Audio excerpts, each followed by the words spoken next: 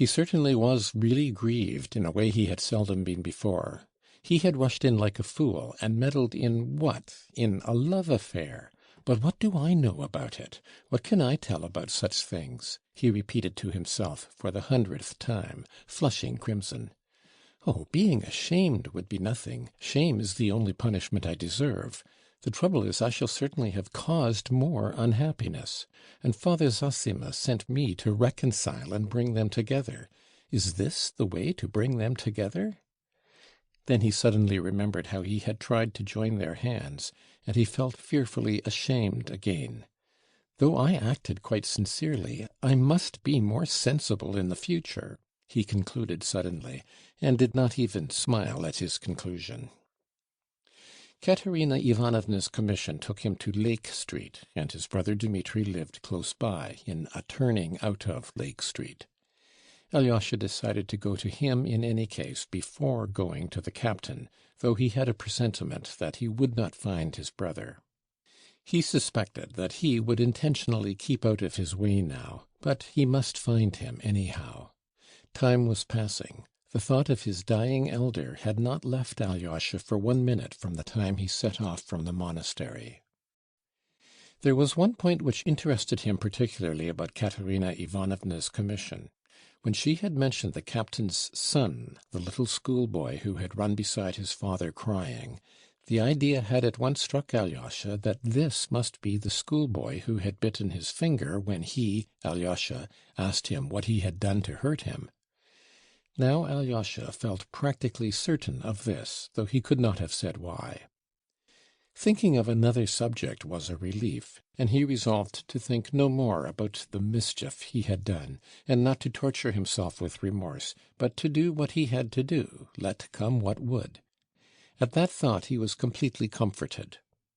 Turning to the street where Dmitri lodged, he felt hungry, and taking out of his pocket the roll he had brought from his father's, he ate it. It made him feel stronger. Dmitri was not at home. The people of the house, an old cabinet-maker, his son, and his old wife, looked with positive suspicion at Alyosha. "He hasn't slept here for the last 3 nights. Maybe he has gone away," the old man said in answer to Alyosha's persistent inquiries. Alyosha saw that he was answering in accordance with instructions. When he asked whether he were not at Grushenka's or in hiding at Foma's, Alyosha spoke so freely on purpose, all three looked at him in alarm. "They are fond of him, they are doing their best for him," thought Alyosha. "That's good." At last he found the house in Lake Street.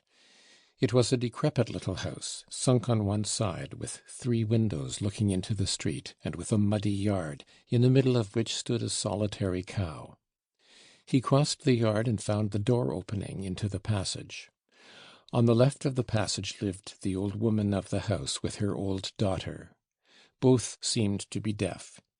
In answer to his repeated inquiry for the captain, one of them at last understood that he was asking for their lodgers, and pointed to a door across the passage. The captain's lodging turned out to be a simple cottage room. Alyosha had his hand on the iron latch to open the door, when he was struck by the strange hush within. Yet he knew from Katerina Ivanovna's words that the man had a family. "Either they are all asleep, or perhaps they have heard me coming and are waiting for me to open the door. I'd better knock first." And he knocked. An answer came, but not at once, after an interval of perhaps 10 seconds. "Who's there?" shouted someone in a loud and very angry voice. Then Alyosha opened the door and crossed the threshold. He found himself in a regular peasant's room. Though it was large, it was cumbered up with domestic belongings of all sorts, and there were several people in it. On the left was a large Russian stove. From the stove to the window on the left was a string running across the room, and on it there were rags hanging. There was a bedstead against the wall on each side, right and left, covered with knitted quilts. On the one on the left was a pyramid of 4 print-covered pillows, each smaller than the one beneath. On the other there was only one very small pillow. The opposite corner was screened off by a curtain or a sheet hung on a string. Behind this curtain could be seen a bed made up on a bench and a chair. The rough square table of plain wood had been moved into the middle window. The three windows, which consisted each of four tiny greenish mildewy panes, gave little light and were close shut, so that the room was not very light and rather stuffy. On the table was a frying pan with the remains of some fried eggs, a half-eaten piece of bread, and a small bottle with a few drops of vodka. A woman of genteel appearance, wearing a cotton gown, was sitting on a chair by the bed on the left. Her face was thin and yellow, and her sunken cheeks betrayed at the first glance that she was ill. But what struck Alyosha most was the expression in the poor woman's eyes, a look of surprised inquiry and yet of haughty pride. And while he was talking to her husband, her big brown eyes moved from one speaker to the other with the same haughty and questioning expression. Beside her at the window stood a young girl, rather plain, with scanty reddish hair, poorly but very neatly dressed. She looked disdainfully at Alyosha as he came in. Beside the other bed was sitting another female figure. She was a very sad sight, a young girl of about 20, but hunchback and crippled with withered legs, as Alyosha was told afterwards. Her crutches stood in the corner close by. The strikingly beautiful and gentle eyes of this poor girl looked with mild serenity at Alyosha. A man of 45 was sitting at the table, finishing the fried eggs. He was spare, small, and weakly built. He had reddish hair and a scanty, light-coloured beard, very much like a wisp of tow. This comparison and the phrase "a wisp of tow" flashed at once into Alyosha's mind for some reason. He remembered it afterwards. It was obviously this gentleman who had shouted to him, as there was no other man in the room. But when Alyosha went in, he leapt up from the bench on which he was sitting, and, hastily wiping his mouth with a ragged napkin, darted up to Alyosha. "It's a monk come to beg for the monastery. A nice place to come to," the girl standing in the left corner said aloud. The man spun round instantly towards her, and answered her in an excited and breaking voice. "No, Varvara, you are wrong. Allow me to ask," he turned again to Alyosha, "what has brought you to our retreat?" Alyosha looked attentively at him. It was the first time he had seen him. There was something angular, flurried, and irritable about him. Though he had obviously just been drinking, he was not drunk. There was extraordinary impudence in his expression, and yet, strange to say, at the same time there was fear. He looked like a man who had long been kept in subjection and had submitted to it, and now had suddenly turned and was trying to assert himself. Or, better still, like a man who wants dreadfully to hit you, but is horribly afraid you will hit him. In his words and in the intonation of his shrill voice there was a sort of crazy humour, at times spiteful and at times cringing, and continually shifting from one tone to another. The question about our retreat he had asked, as it were, quivering all over, rolling his eyes, and skipping up so close to Alyosha that he instinctively drew back a step. He was dressed in a very shabby dark cotton coat, patched and spotted. He wore checked trousers of an extremely light colour, long out of fashion, and of very thin material. They were so crumpled and so short that he looked as though he had grown out of them like a boy. "I am Alexey Karamazov," Alyosha began in reply. "I quite understand that, sir," the gentleman snapped out at once, to assure him that he knew who he was already. "I am Captain Snegiryov, sir, but I am still desirous to know precisely what has led you—" "Oh, I've come for nothing special. I wanted to have a word with you, if only you allow me." "In that case, here is a chair, sir. Kindly be seated. That's what they used to say in the old comedies, 'Kindly be seated.'" And with a rapid gesture he seized an empty chair, it was a rough wooden chair, not upholstered, and set it for him almost in the middle of the room. Then, taking another similar chair for himself, He sat down facing Alyosha, so close to him that their knees almost touched. "Nikolai Ilyitch Snegiryov, sir, formerly a captain in the Russian infantry, put to shame for his vices, but still a captain. Though I might not be one now, for the way I talk. For the last half of my life I've learnt to say 'sir.' It's a word you use when you've come down in the world." "That's very true," smiled Alyosha. "But is it used involuntarily or on purpose?" "As God's above, it's involuntary, and I usen't to use it. I didn't use the word 'sir' all my life, but as soon as I sank into low water, I began to say 'sir.' It's the work of a higher power. I see you are interested in contemporary questions, but how can I have excited your curiosity, living as I do in surroundings impossible for the exercise of hospitality?" "I've come about that business." "About what business?" the captain interrupted impatiently. "About your meeting with my brother Dmitri Fyodorovitch," Alyosha blurted out awkwardly. "What meeting, sir? You don't mean that meeting? About my wisp of tow, then?" He moved closer so that his knees positively knocked against Alyosha. His lips were strangely compressed, like a thread. "What wisp of tow?" muttered Alyosha. "He is come to complain of me, father," cried a voice familiar to Alyosha, the voice of the schoolboy, from behind the curtain. "I bit his finger just now." The curtain was pulled, and Alyosha saw his assailant lying on a little bed made up on the bench and the chair in the corner under the icons. The boy lay covered by his coat and an old wadded quilt. He was evidently unwell, and, judging by his glittering eyes, he was in a fever. He looked at Alyosha without fear, as though he felt he was at home and could not be touched. "What, did he bite your finger?" The captain jumped up from his chair. "Was it your finger he bit?" "Yes, he was throwing stones with other schoolboys. There were 6 of them against him alone. I went up to him, and he threw a stone at me, and then another at my head.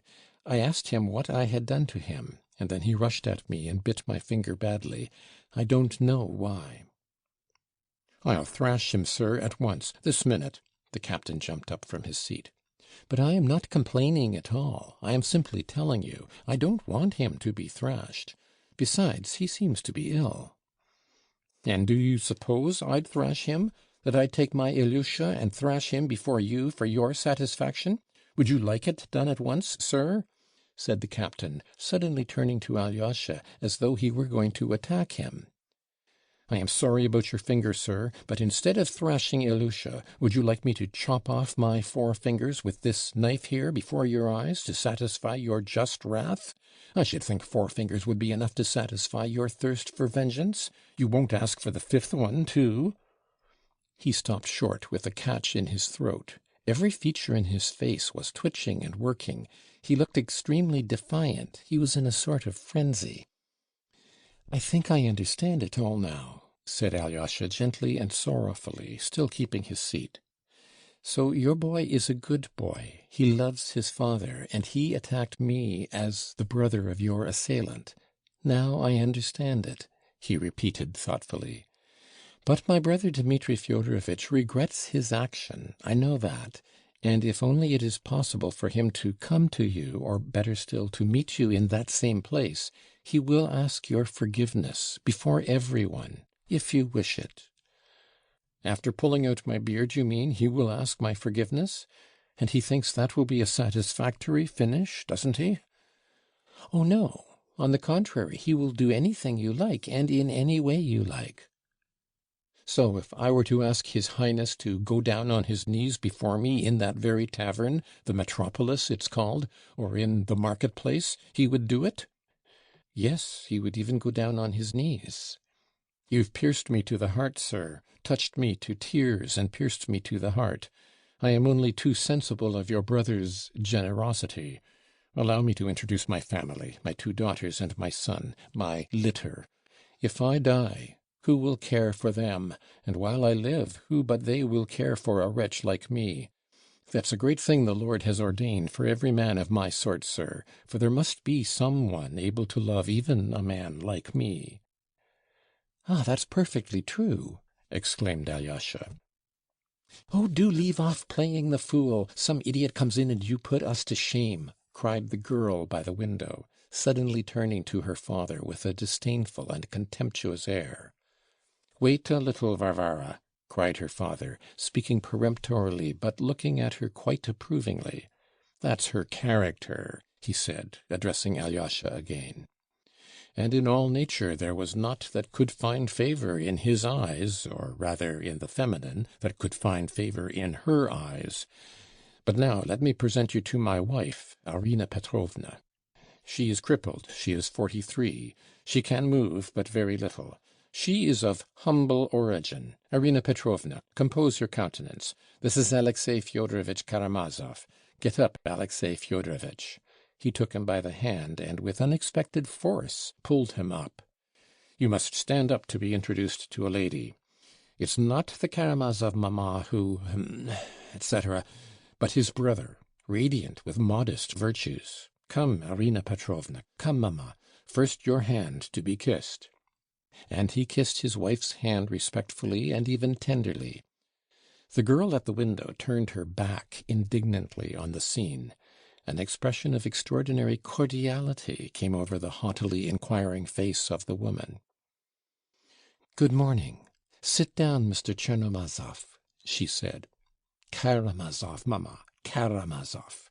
We are of humble origin," he whispered again. "Well, Karamazov, or whatever it is, but I always think of Chernomazov. Sit down. Why has he pulled you up? He calls me crippled, but I am not. Only my legs are swollen like barrels, and I am shriveled up myself. Once I used to be so fat, but now it's as though I had swallowed a needle." "We are of humble origin," the captain muttered again. "Oh, father, father!" the hunchback girl, who had till then been silent on her chair, said suddenly, and she hid her eyes in her handkerchief. "Buffoon!" blurted out the girl at the window. "Have you heard our news?" said the mother, pointing at her daughters. "It's like clouds coming over. The clouds pass and we have music again. When we were with the army we used to have many such guests. I don't mean to make any comparisons, every one to their taste. The deacon's wife used to come then, and say, 'Alexander Alexandrovitch is a man of the noblest heart, but Nastasia Petrovna,' she would say, 'is of the brood of hell.' Well, I said, 'That's a matter of taste, but you are a little spitfire.' 'And you want keeping in your place,' says she. 'You black sword,' said I, 'who asked you to teach me?' 'But my breath,' says she, 'is clean, and yours is unclean.' 'You ask all the officers whether my breath is unclean.' And ever since then I had it in my mind.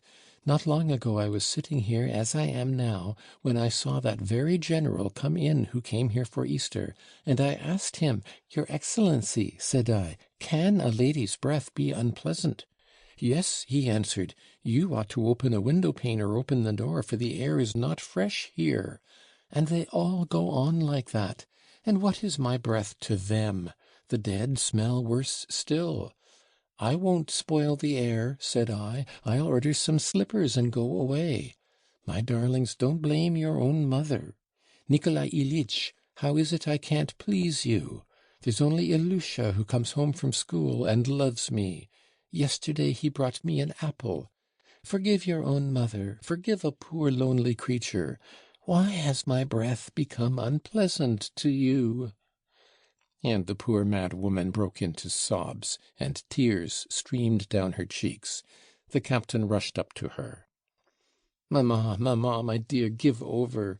You are not lonely. Every one loves you. Every one adores you." He began kissing both her hands again and tenderly stroking her face. Taking the dinner napkin, he began wiping away her tears. Alyosha fancied that he too had tears in his eyes. "There, you see, you hear?" He turned with a sort of fury to Alyosha, pointing to the poor imbecile. "I see and hear," muttered Alyosha. "Father, father, how can you, with him? Let him alone!" cried the boy, sitting up in his bed and gazing at his father with glowing eyes. "Do give over fooling, showing off your silly antics which never lead to anything," shouted Varvara, stamping her foot with passion. "Your anger is quite just this time, Varvara, and I'll make haste to satisfy you. Come, put on your cap, Alexey Fyodorovitch, and I'll put on mine. We will go out.